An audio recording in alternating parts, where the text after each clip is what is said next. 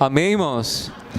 Eu não sei se vocês estão pensando demais no que está acontecendo aí no nosso país. Estou sentindo vocês assim meio que travados hoje. É a sensação que a gente tem aqui de cima, né? Mas eu espero que agora, durante a palavra de Deus, você abra o seu coração, destrave se tiver alguma coisa travada e deixe a voz de Deus falar a sua vida. Hoje o tema que nós iremos tratar, irmãos, nessa série de estudos sobre a família, é um tema, né, que todos nós precisamos atentar bem para eles. O nosso tema nessa noite é a abençoada arte de resolver conflitos na família. Abençoada por quê? Porque Deus nos ensina a resolver os nossos problemas. Você crê nisso? Diga amém. Deus nos ensina a resolver o maior de todos os problemas, que é o problema que a gente tem com Ele, né? Nos reconciliando com Ele, e nos ensina também a resolver os nossos problemas pessoais, dentro do nosso lar, com o nosso cônjuge, com os nossos filhos. Então eu gostaria que você abrisse sua Bíblia comigo, lá em 2 Timóteo, capítulo 3, versículo 14 a 17. 2 Timóteo, capítulo 3, do versículo 14 ao 17. À medida que você encontrar, fique de pé em reverência à palavra de Deus.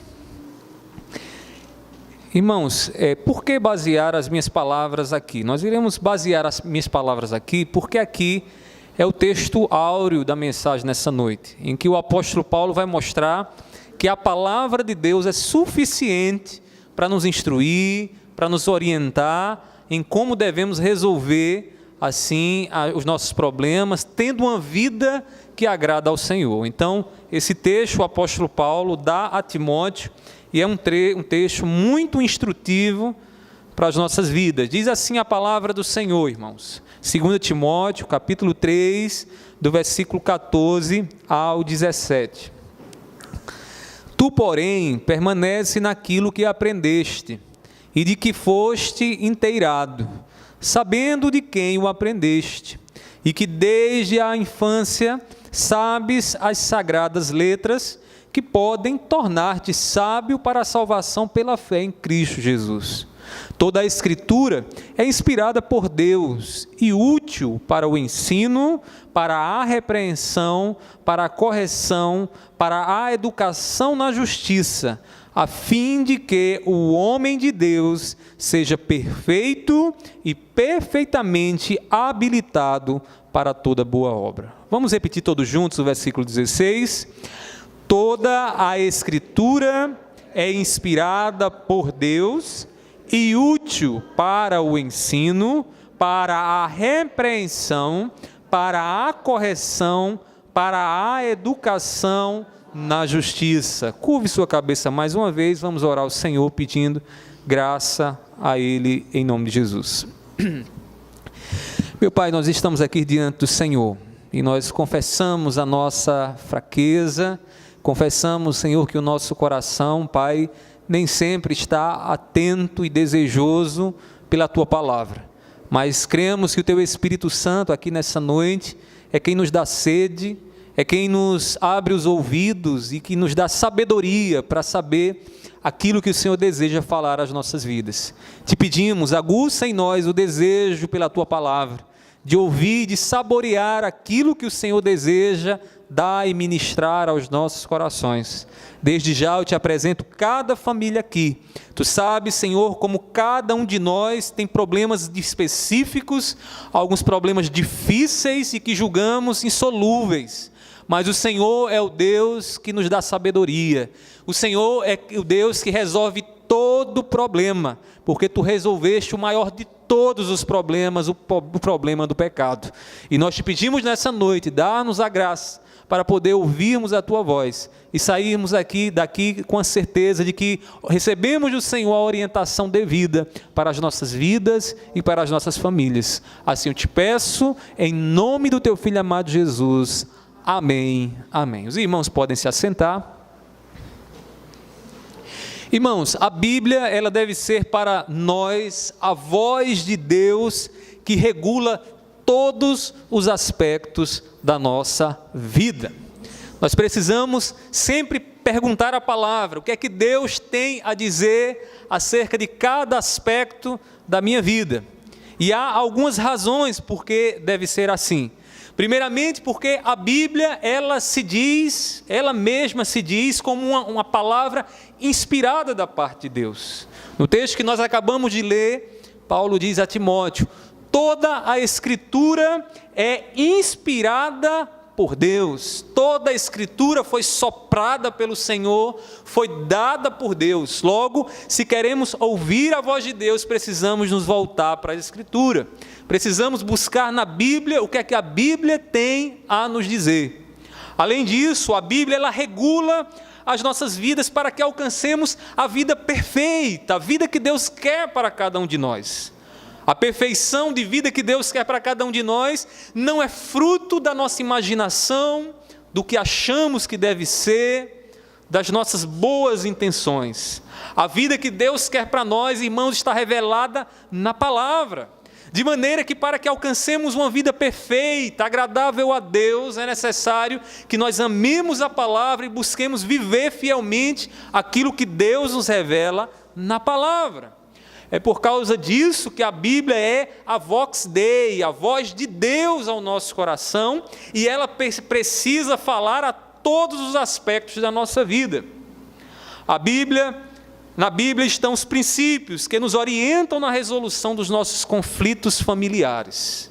A Bíblia, uma vez que é a voz de Deus, Deus também tem algo para falar à sua família e aos problemas que você tem passado dentro da sua casa. É verdade que a Bíblia ela não é um manual que se aplica, né, em um contexto e em outro contexto, com histórias que mostram exatamente como é que nossa vida deve ser, até porque as histórias, muitas delas se dão num contexto diferente, numa época diferente, e não encontram conflitos como nós encontramos hoje dentro da nossa família. Vivemos numa época em que a autoridade paterna e materna tem sido questionada. A Bíblia, irmãos, revela para nós que isso era algo impensável, um filho querer se voltar contra os pais, porque isso lhe traria desonra para a sua vida, e se o filho, a depender da sua rebeldia, deveria ser castigado como exemplo para os demais.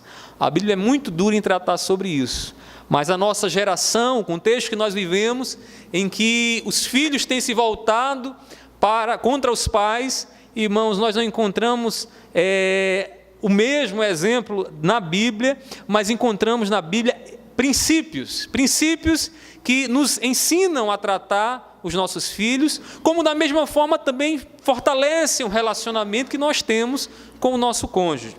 A Bíblia ela nos dá princípios na resolução de problemas. Os seus princípios vão ao encontro dos problemas comuns a toda a família do passado, a família dos nossos dias e as famílias que ainda virão, dos nossos filhos e netos, que terão seus problemas também específicos. De maneira que assim podemos afirmar que a Bíblia ela é um livro atemporal. E o que quer dizer isso, pastor?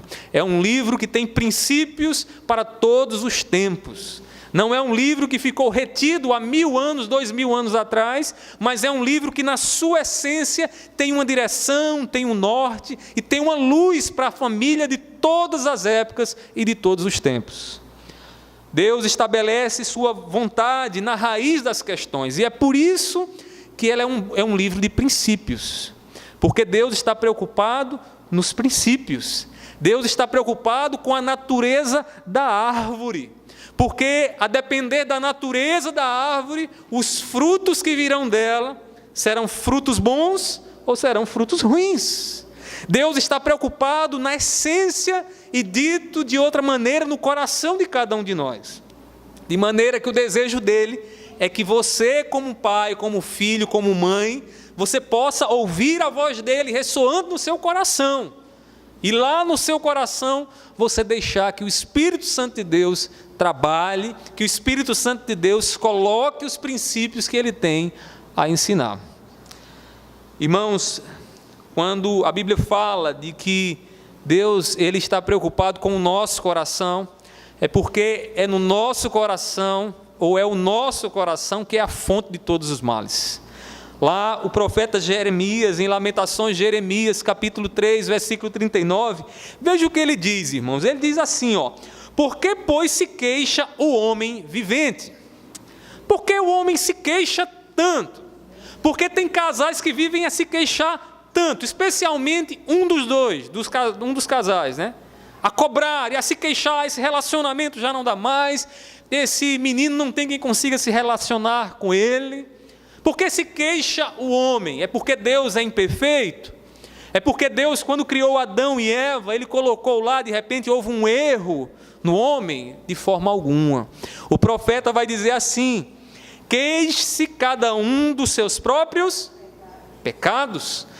Dos seus próprios pecados, irmãos, porque o problema, o nosso maior problema está aí dentro do seu peito, está aí no seu coração. Por que nós nos queixamos tanto? Por que nós olhamos tanto para o outro e dizemos o outro é insuportável, não dá mais, eu não aguento mais? Porque o problema, muitas vezes, não está nele, está em nós, está no nosso coração, está no pecado que habita em nossos corações. É por isso que é necessário que atentemos para os princípios da palavra de Deus, porque os princípios que Deus revela na sua palavra, irmãos, vão exatamente de encontro ao nosso coração pecaminoso. Revela o nosso coração. Como diz uma canção antiga, irmãos, quanto mais eu me aproximo de Deus, mais eu me conheço. Já diria o João Calvino, quanto mais o homem busca conhecer a Deus, mais ele conhece a si mesmo. De maneira que quando ouvimos a voz de Deus e os princípios que a palavra do Senhor revela para nós, irmãos, nós começamos a tirar de sobre nós o véu de quem nós realmente somos.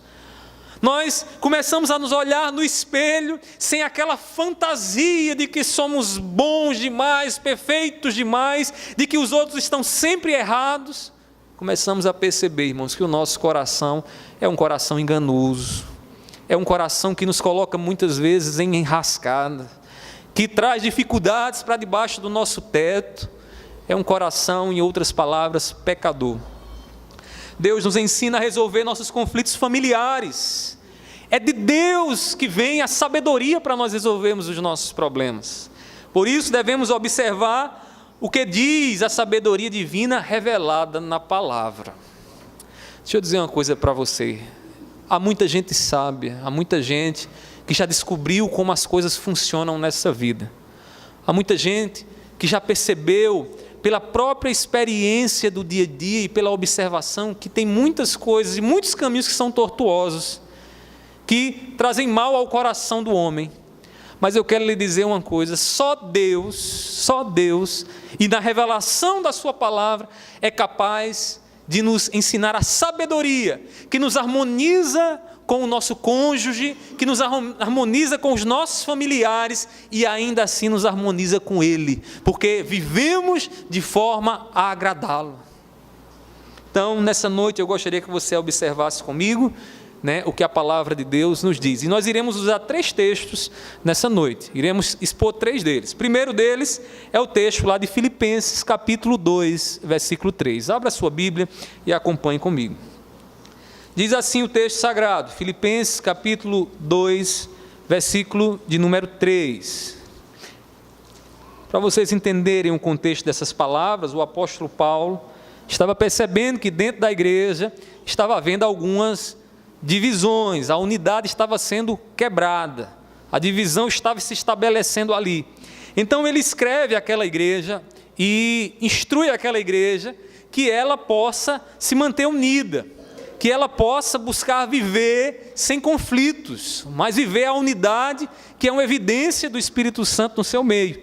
Então ela diz o seguinte, Filipenses capítulo 2, versículo 3, diz assim: nada façais por partidarismo ou vanglória, mas por humildade, considerando cada um os outros superiores a si mesmo.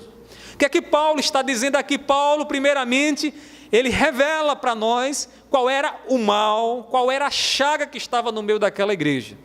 E essa chaga tinha 2 características. A primeira delas era o que ele chama aqui de partidarismo.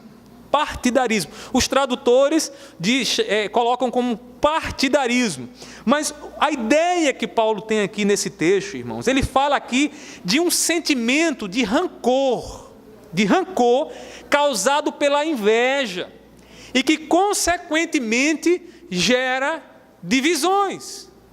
É um sentimento, esse partidarismo que Paulo aqui fala, que estava ali ameaçando aquela igreja lá em Filipos, era um sentimento daquele indivíduo que olha para o outro e vê o outro a prosperar e faz então, torna o objetivo da sua vida ser melhor e superior ao outro. E com esse sentimento, a consequência natural é o quê, irmãos? Qual a consequência disso, irmãos? Divisão, competição, partidarismo. Então o apóstolo Paulo percebe que lá dentro daquela igreja, uma das razões dos conflitos que estava acontecendo ali, era porque no coração da igreja, no coração de alguns ali no meio, havia um desejo de ser superior ao seu irmão. Irmãos, esse é um sentimento, né, que nos assombra, porque o nosso coração, não pense você que o seu coração não passa isso.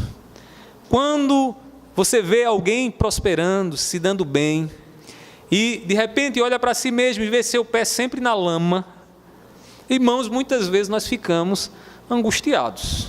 Ficamos como salmista a questionar a prosperidade dos ímpios e dizer: meu Deus, eu te sirvo, eu faço as coisas tão bem, Senhor, mas tudo para mim dá errado e o outro está lá a prosperar.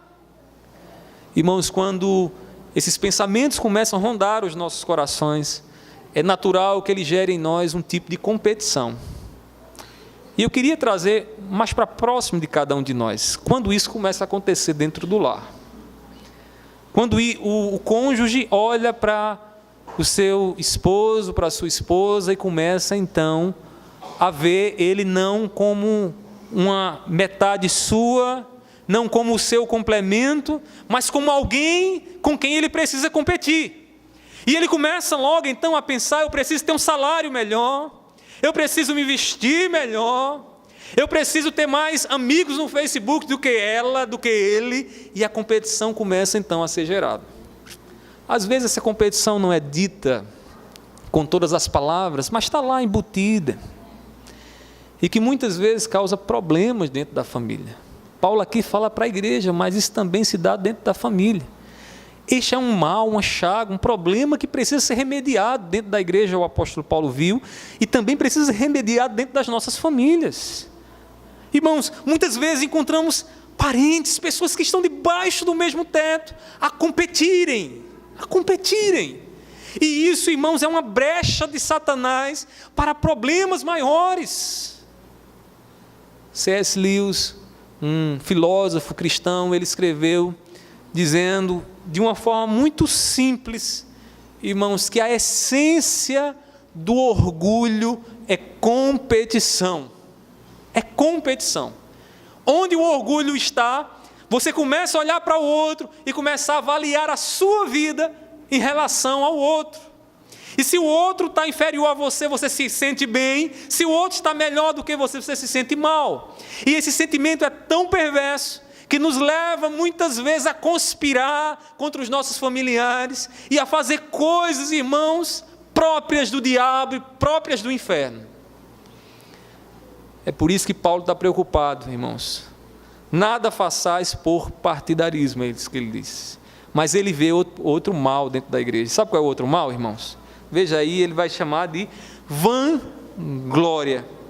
Vanglória, a tradução aí é essa. A ideia aqui que Paulo tinha, irmãos, dessa vanglória, é um estado de orgulho que não tem justificativa. Que não tem justificativa. Sabe aquele alguém que bate no peito e não é ninguém, mas ele acha que é o tal? Sabe aquele indivíduo que olha-se diante do espelho e, como a psicologia já nos mostra, é alguém que se vê 20 vezes mais bonito, mais belo do que é. É alguém que diz: espelho, espelho meu, existe alguém mais belo, mais grande, mais malhado, mais forte do que eu. Sabe o que é isso, irmãos? Paulo aqui chama de vanglória. Vanglória. O que Paulo está combatendo aqui é uma visão, uma fantasia que você pode fazer de você mesmo e que é causadora de problemas. Porque você começa a olhar para si mesmo e não entender quem você é em relação a Deus e se esquecer que diante de Deus você é um pecador e uma pecadora e você começa a se achar o tal.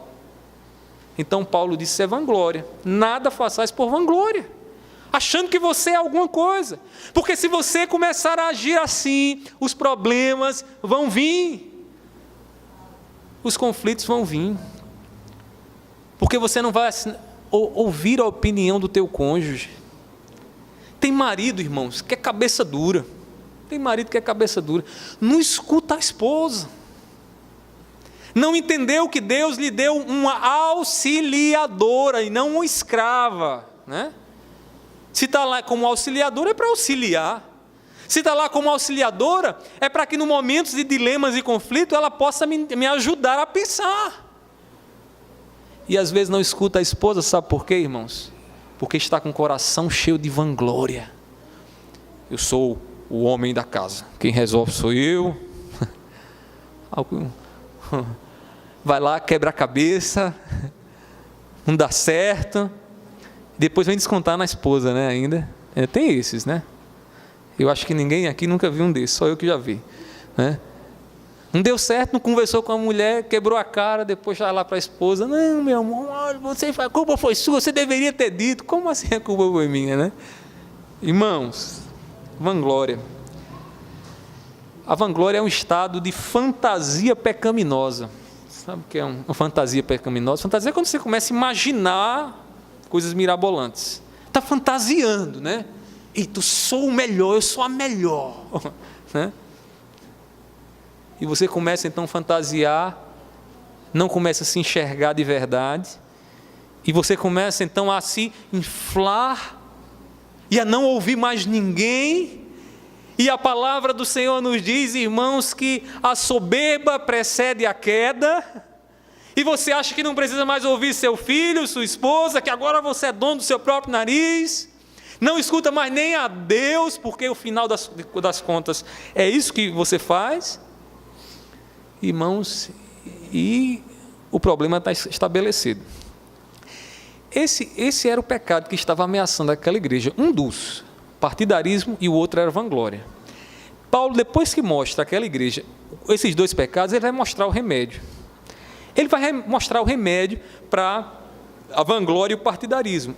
Em outras palavras, de outra perspectiva, Paulo vai mostrar como nós devemos remediar esses pecados dentro da nossa família, para que eles não sejam razão dos nossos conflitos.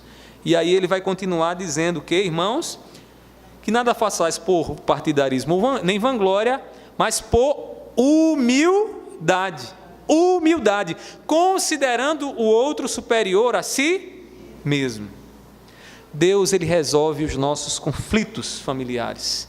E sabe como é que Deus resolve os nossos conflitos familiares? Através da humildade. Seu lar não está imune a problemas. Sua família não é uma família blindada, né? Como alguns até escrevem, né? Família blindada. Blindada, de vez em quando, né? Entra uma bala aqui, uma bala ali, a gente é atingida aqui, atingida ali. Você não está imune. Agora eu vou lhe dizer uma coisa: você precisa aprender esse princípio, que é fundamental para resolver os problemas dentro da sua casa: humildade. E Paulo então vai dizer: nada façais por partidarismo ou glória, mas por humildade, considerando cada um os outros superiores a si mesmo. Irmãos, como é que a humildade cristã chega até nós? Como é que nós temos consciência dessa virtude que é própria de Cristo e que o Espírito Santo gera em nós? A partir do momento que nós compreendemos a relação que nós temos com o nosso Deus. A partir do momento que nós compreendemos que em relação a Deus eu não sou nada. Que em relação à grandeza de Deus eu não posso fazer nada, porque Deus é onipotente, onisciente, Deus é perfeito, santo, justo, e eu sou limitado, incapaz, dependente. Irmãos, humildade verdadeira só se tem quando se percebe quem você é dentro dessa relação com Deus. Dentro dessa relação com Deus. A humildade revela quem nós somos a partir dessa relação. Quem se enxerga a partir dessa relação não tem do que se gloriar. Não tem do que se vangloriar e nem fazer partidarismo. Quem se enxerga dentro dessa relação, irmãos, é abençoado pelo o cuidado do seu cônjuge. É abençoado porque o seu cônjuge pode olhar para ele ou para ela e dizer assim: meu marido e minha esposa são humildes. Porque eles compreendem as limitações deles, a começar na sua relação com Deus, e compreendem também a sua relação, a sua humildade ao olhar para mim. Compreende que é necessário, que necessita, que precisa de mim. Irmãos, como você tem se visto em meio aos teus conflitos com o teu cônjuge? Pastor, lá em casa a gente não tem conflito. Um dia desse alguém chegou para mim e disse: pastor, não dá para imaginar você e Mirelle tendo diferenças. Mas temos diferença. E ela está ali já rindo, né? Porque ela sabe que a gente tem diferenças, né? Não dá para imaginar, você pode até não imaginar, mas eu quero lhe dizer que tem. E não adianta vir me dizer: na minha casa não tem, na sua também tem. E eu quero lhe perguntar nessa noite, para você refletir um pouco, como você tem se visto. Não é visto o outro não, é você. Porque na hora do conflito nós facilmente vemos o outro e achamos que o erro está no outro e não conseguimos olhar para dentro do nosso próprio coração. Como você tem se visto? Com a fantasia pecaminosa da vanglória? Com a competição gerada, né, pela inveja que gera partidarismo? Como você tem se visto? Escuta o que Deus está dizendo aqui nessa noite. Talvez o problema dentro da sua família seja porque você não está se enxergando direito. Você precisa pegar aquele paninho, tem aquele paninho que usa para limpar o óculos, né? Tem um paninho especial para isso, né? Vocês que usam óculos, vocês sabem. Eu não uso não, mas já vi. Está na hora de você começar a limpar com o paninho do céu, chamado Palavra de Deus, Cristo Jesus, né? O seu óculos, para você poder se olhar direitinho no espelho. E você vai perceber o seguinte, que quando você começa a se olhar direitinho, você para de acusar o outro. Porque quando eu encontro casais com problema, a primeira coisa que eu venho, olha, pastor, não dá mais, a culpa é dele. Ele é assim, ele é assim, ele é assada, e não conseguem se olhar de verdade, se enxergar de verdade.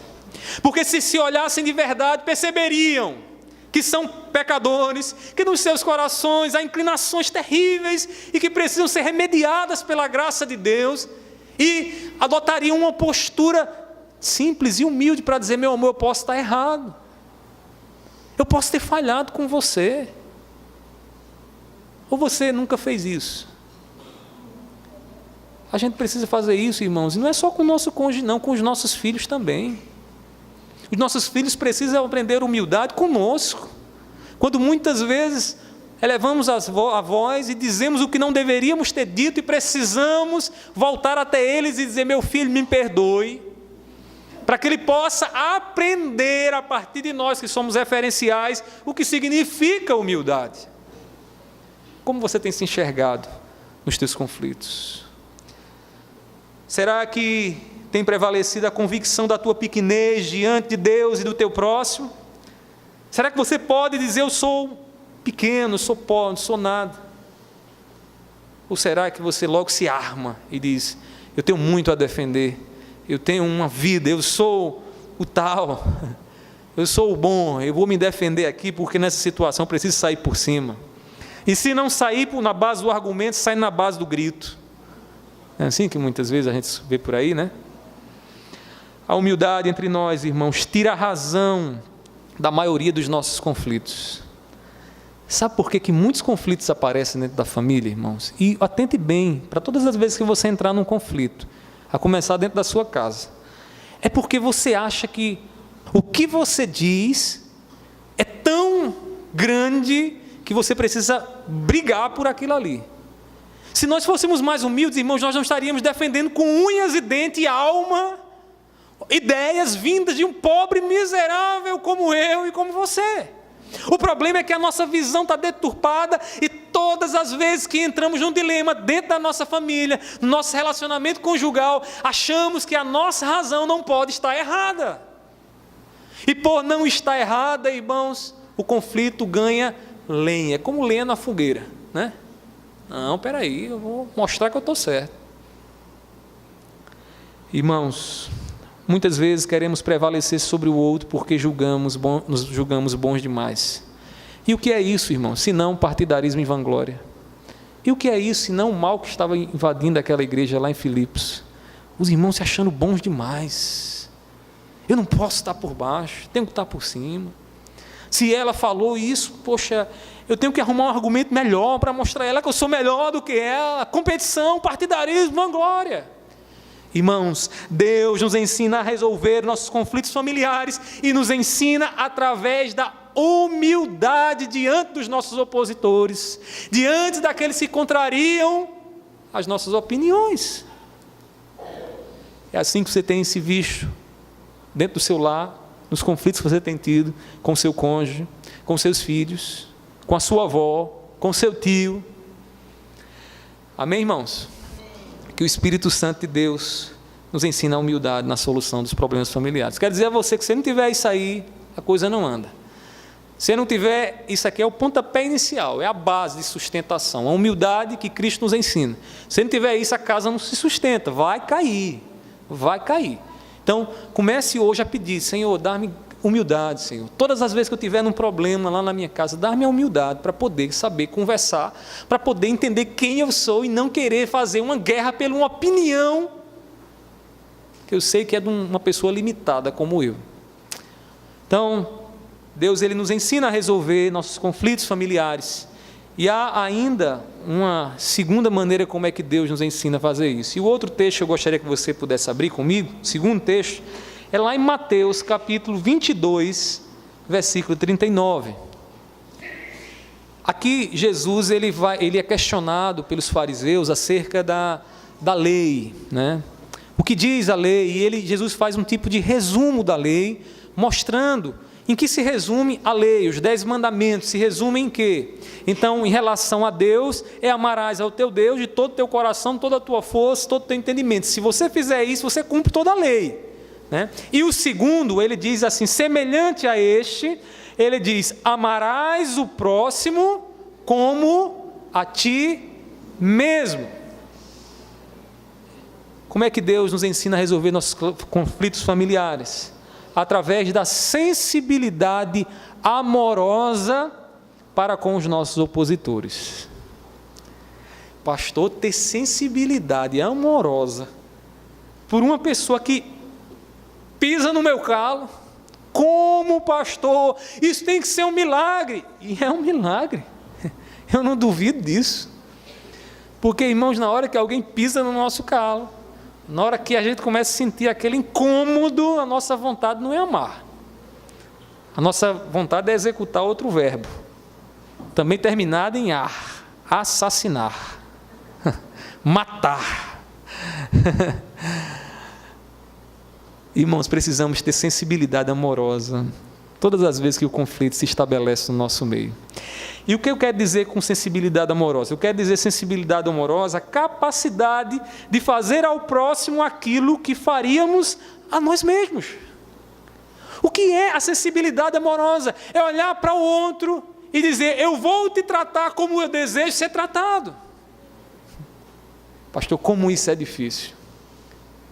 Eu gosto muito de resolver problema. Eu já disse isso à minha esposa fica, você é doido, não tem juízo não, como é que você gosta de resolver problema? Eu gosto, irmão, tem um negócio, não é do problema em si, eu não gosto de problema, o que eu gosto é o finalzinho dele, sabe, o finalzinho dele, irmãos, quando está tudo resolvido, Deus é glorificado, irmãos, dá uma alegria tão grande no meu coração, que não tem dinheiro no mundo que pague, é uma alegria muito grande, a alegria é um negócio, né? Já me chamaram até para fazer parte de uma escola para resolver problema. Mas, irmãos, eu gosto de resolver problema. E todas as vezes que a gente se vê diante de um problema, tem uma pergunta que eu costumo fazer. Tem um caminho que eu costumo seguir que a Bíblia nos ensina. E qual é o caminho? É o caminho de levar o outro a se colocar no lugar do seu opositor. Porque quando você começa a ver a situação pela posição do outro, muita coisa vai sendo amenizada. E de repente, aquela ira que você tem, você começa a dar um enfoque diferente, uma vez que você começa a olhar a situação pela visão do outro. De maneira que, se você tem sensibilidade amorosa, e você começa no meio do conflito a pedir a Deus: Senhor, me faz enxergar o que está acontecendo pela a visão dela, pela visão dele, para que eu possa ver se eu não estou aqui exagerando, se não há um equívoco da minha parte. Precisamos fazer isso, irmãos. Amarás o próximo como a ti mesmo. Essas palavras de Jesus têm algumas implicações. Primeira delas, não há como ser fiel à vontade de Deus sem um esforço para amar. Quer terminar o conflito, resolver o conflito e ser amado por Deus e agradar a Deus, você precisa se esforçar para amar durante o conflito. Durante o conflito. E tem horas, irmãos, que é difícil amar. Tem hora que não dá nem vontade de orar. Porque existe um mistério na oração. Quando a gente odeia alguém, e a gente começa a orar por este alguém, irmãos, de verdade, de coração, as coisas começam a mudar. E tem gente que não bate o pé e não ora, sabe por quê? Porque se começar a orar, vai começar a amar e gostar daquela pessoa.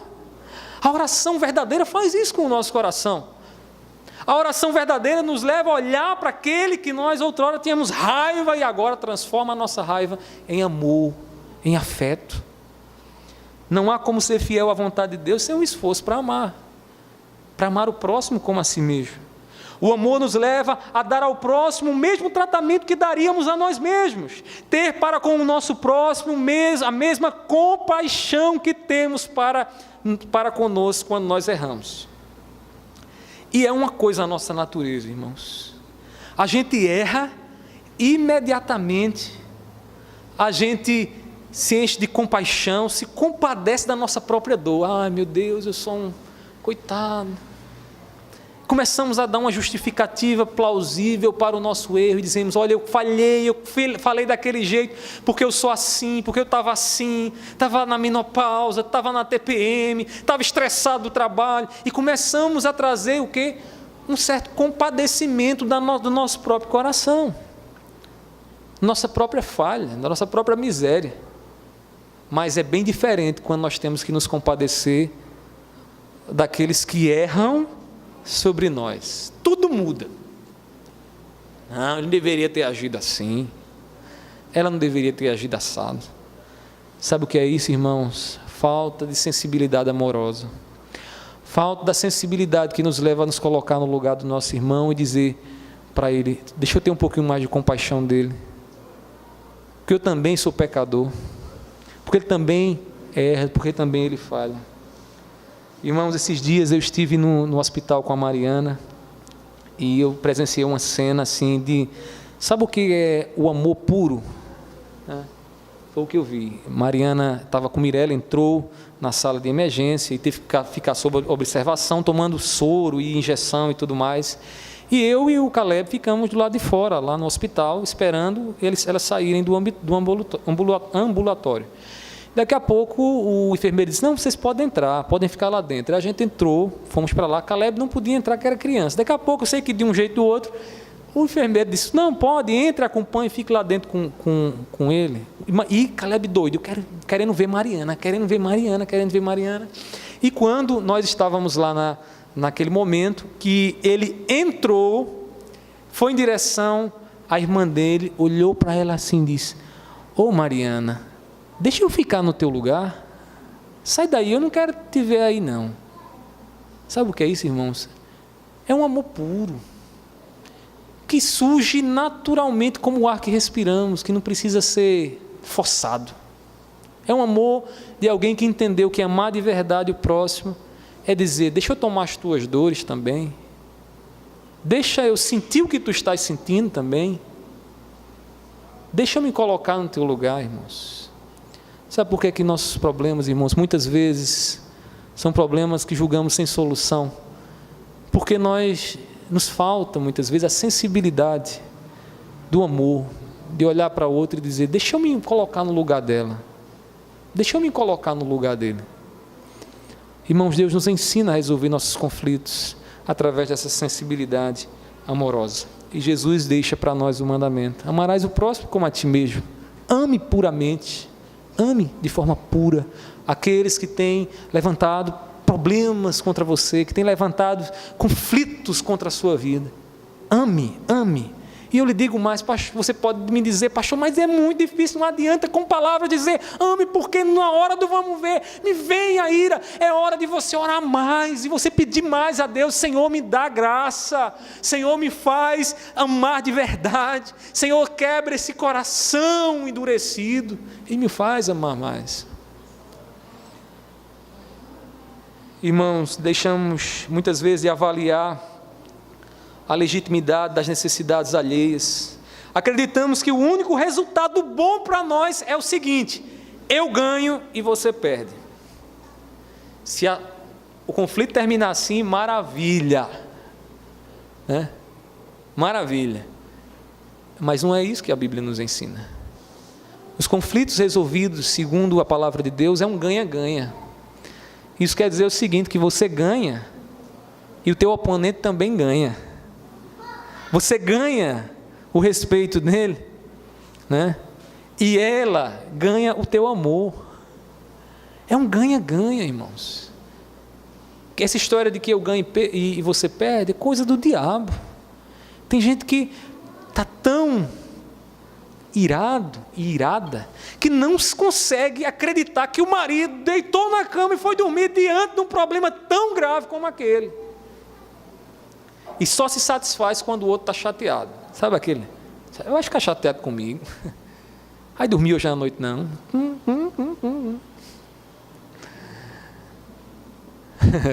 Vocês começam a rir, começam a se denunciar, né? Irmãos, Deus tenha misericórdia de nós, né? Irmãos, precisamos amar. E Deus, Ele nos ensina a resolver nossos conflitos através do amor. Para encerrar aqui as minhas palavras, terceira e última lição que Deus nos dá aqui, na sua palavra, que regula a nossa vida, que orienta a nossa vida, né? Deus, Ele nos ensina a resolver nossos conflitos familiares através da unidade espiritual em Cristo Jesus. Além de buscar a humildade, além de querer vivenciar o amor na hora do conflito, queira e peça a Deus: Senhor, me faz olhar para a unidade que o Senhor gera entre nós, como um bem precioso, como um tesouro que o Senhor me dá. E eu queria usar para isso, para a gente entender isso, o texto lá de Filipenses capítulo 4, versículo 2. Diz assim o texto sagrado, Filipenses 4, versículo 2, é o último texto. Diz assim, Paulo dizendo à igreja: rogo a Evódia e rogo a Síntique, pensem concordemente no Senhor. Estas palavras de Paulo, irmãos, os estudiosos acreditam que essas duas irmãs eram duas pessoas de grande influência dentro da igreja de Filipos, de maneira que na carta de Paulo, Paulo faz questão de chamar essas irmãs pelo nome. O que essas irmãs estavam passando era um tipo de inimizade, por causa de ideias, de maneira de pensar. De maneira que Paulo, isso estava afetando a igreja, e Paulo escreve àquela igreja dizendo àquelas duas irmãs: olha, vocês cuidem em manter uma unidade, em pensarem concordemente. Se aplica o que ele diz aqui no capítulo 2, versículo 2, quando ele fala da unidade, que haja unidade entre vocês. O desejo de Paulo era que aquelas irmãs pudessem pensar concordemente, não fossem a mesma pessoa, mas pensar concordemente. Agora, pensar concordemente em quê? No Senhor. porque a unidade da igreja, porque a unidade da família cristã, porque a unidade de casais cristãos, irmãos, não está no pragmatismo, não está na melhor solução, na solução que gera mais resultados, mas está, irmãos, naquilo que Jesus diz, naquilo que Jesus diz. Um tempo desse eu tive que resolver apagar uma fogueira, um incêndio de um casal já ancião, e eu cheguei lá, irmão, estava o caba brabo, dizendo que ia para o cartório, eu vou para o cartório agora, vou resolver tudo, já conversei com o advogado, o divórcio é fácil, em um dia eu estou livre dessa mulher.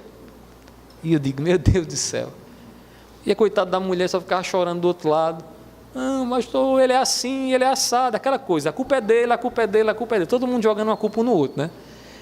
E eu converso a vocês que na época ainda, né, sem tanta experiência, eu fiquei meio perdido. Eu disse, meu Deus, e agora? Pessoas que têm idade para ser meus avós, agora eu vou ter que falar alguma coisa. E Deus falava no meu coração, a palavra não é sua, quem resolve o problema não é você, eles não são cristãos, quem resolve o problema sou eu. E eu disse, Senhor, pois me dá a orientação. Eu, sem saber muito o que falar, peguei a Bíblia e disse, abram a Bíblia aí de vocês, Efésios capítulo 5, vamos lá ler. Eu só fui ler, irmão, sentei na sala com eles, disse assim, me dá só um tempinho aí, vamos ler, abra aí a Bíblia. E eles começaram a ler. Aí, esposa, sede submissa aos seus maridos. Maridos, ame a sua esposa como Cristo chamou a igreja. Irmãos, eu sei que a gente foi lendo, daqui a pouco, quando chegou na metade do texto, o indivíduo parou e disse assim, pastor, eu estou errado mesmo. E eu dentro de mim, graças a Deus, porque se ele tivesse dito aqui que não estava, eu ia ter que fazer alguma coisa aqui. Irmãos, é inexperiência, né, da gente. A palavra de Deus é poderosa, irmãos, porque a palavra de Deus, ela nos leva a manter um vínculo em Jesus. Nos leva a entender que dentro da minha casa não é a minha voz que é maior, nem a da minha esposa, mas é a voz de Cristo Jesus.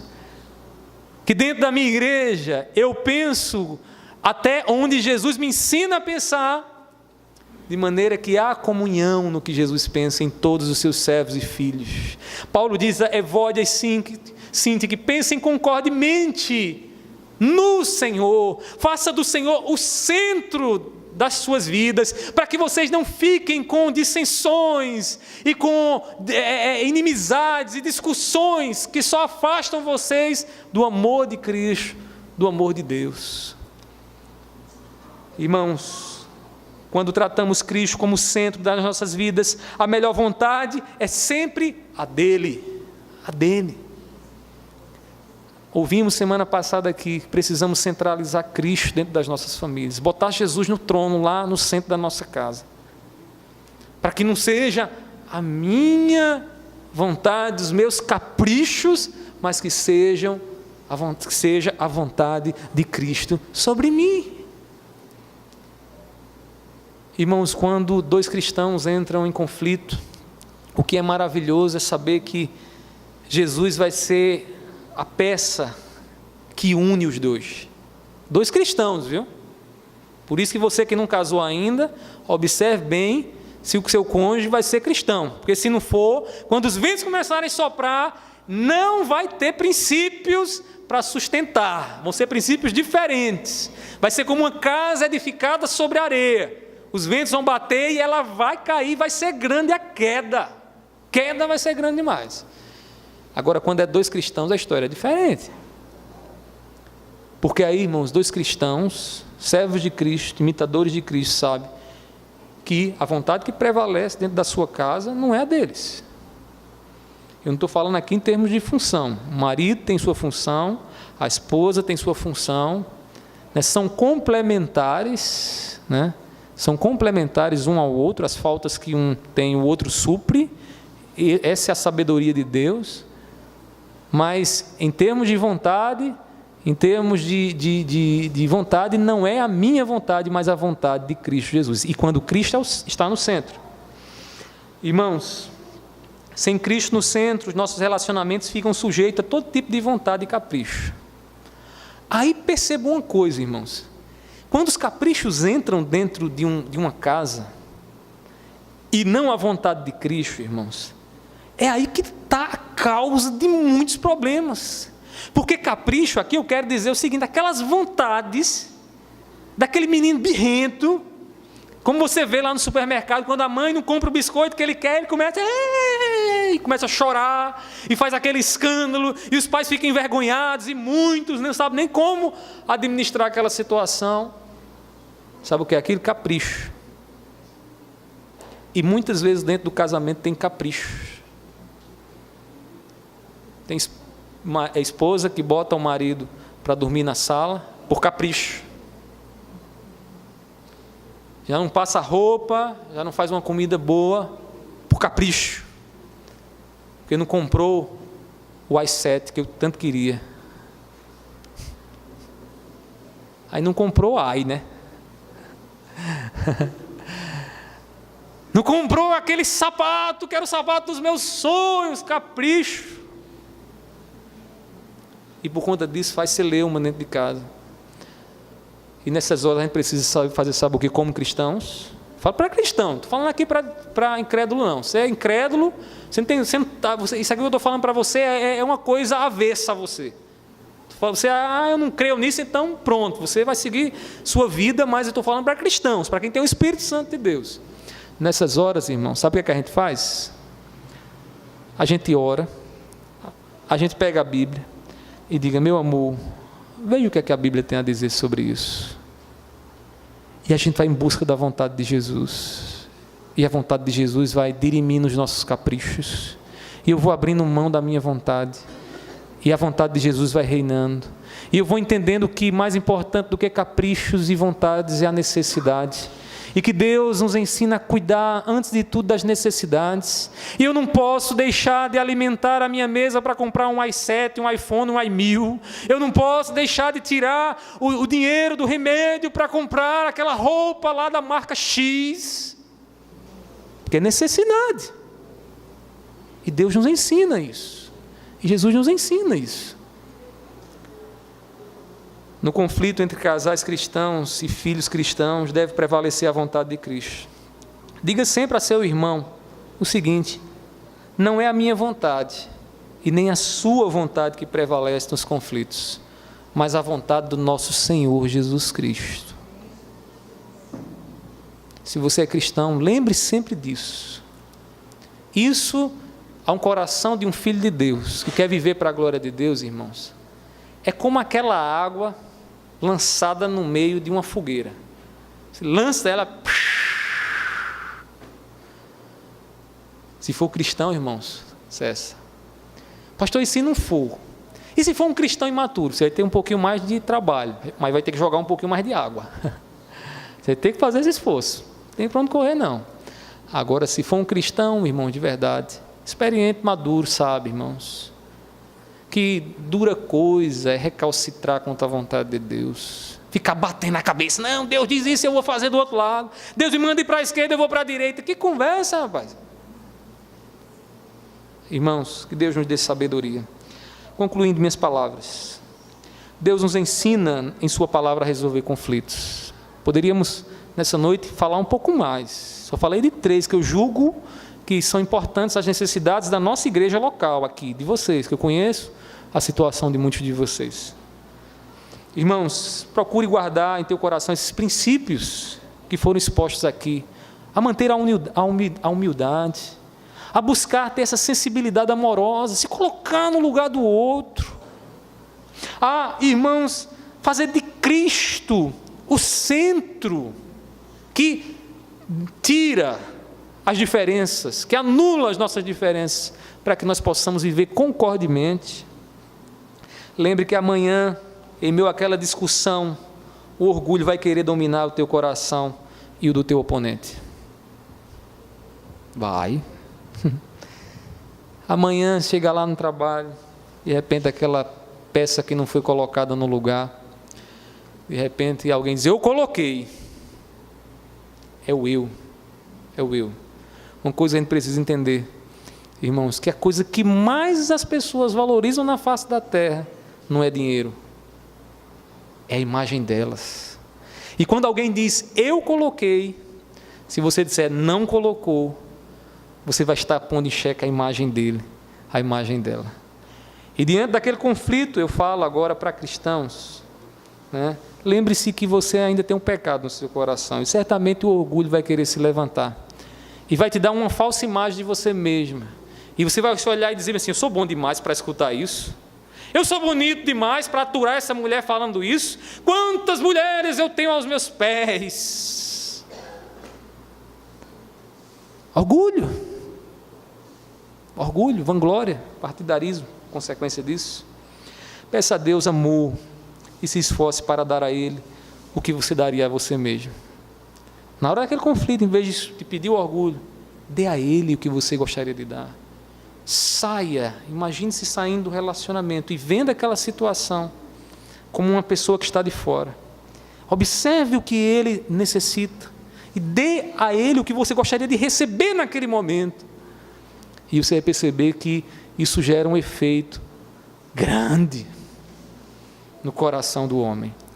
Vou encerrar contando aqui um episódio que não é nenhuma ilustração, mas é um fato. Aqui da nossa igreja, que vocês não viram domingo passado, mas aconteceu. Quer dizer, alguns de vocês viram, não todos. Nós no domingo pela manhã estávamos aí na rua, limpando a rua, fazendo uma ação social, evangelizando, limpando, dando sopa ao povo no sábado. Quando foi no domingo de manhã, eu tenho que falar com os vizinhos para saber se os vizinhos vão querer que a gente pinte a fachada da casa deles. E eu lembro que o Marconi falou até, não, pastor, um ali já aceitou, outro ali, mas faltava uma pessoa-chave. Um vizinho que, em outro tempo, irmãos, só faltou bater em mim antes de eu entrar aqui na igreja, por quase sem razão. Irmãos, e eu fui até o vizinho, cheguei lá na casa dele, ele estava saindo, eu chamei, vem aqui fulano, vem aqui, tá. Ele já foi desconfiado assim, porque ele sabe do que tinha feito. Aí eu disse, vem aqui, olha, eu quero perguntar um negócio a você. A gente está fazendo uma ação aqui na rua, e nós queríamos deixar a sua casa nova. A gente quer pintar a sua casa, deixar a sua casa bem bonitinha, bem limpinha mesmo, ela vai ficar bem linda aqui. Irmãos, era eu falando isso e o cabo não sabia onde enfiar a cabeça. E eu só lembrava do que eu escutava. Eu escutei no dia que ele falou aquelas coisas. E Deus falava ao meu coração, está vendo o que significa juntar brasa na cabeça? Pagar o mal com o bem? E naquele momento eu experimentava, eu vivia o que é a palavra. Estava conhecendo a palavra de Deus. Estava pagando o mal com o bem. De maneira que a gente pintou a casa dele, foi até Marconi, né? Deixou a pintura dele, ficou um brinco. Né, Marconi? Ficou um brinco. Terminou, irmãos. E eu tenho certeza que Deus, naquele dia, impactou aquele coração. Sabe por quê, irmãos? Porque a gente fez por amor. Porque Jesus nos guiou. Porque o Senhor nos orientou. Não queira fazer dos conflitos que você tem passado um cabo de guerra. Puxa de um lado, puxa do outro. Pague com amor, meu irmão. Pague com amor. E se for dentro da tua casa, aí é que você precisa orar para amar ainda mais. Se coloque na posição dele. Peça ao Senhor, me ensina, Senhor, a dar a ele aquilo que eu tanto desejo, Senhor. E certamente o diabo vai bater na sua casa, mas vai encontrar todas as portas cerradas, fechadas, e não vai ter brecha no teu lar para isso. Que Deus nos ajude, que Deus nos dê essa sabedoria em nome de Jesus. Amém?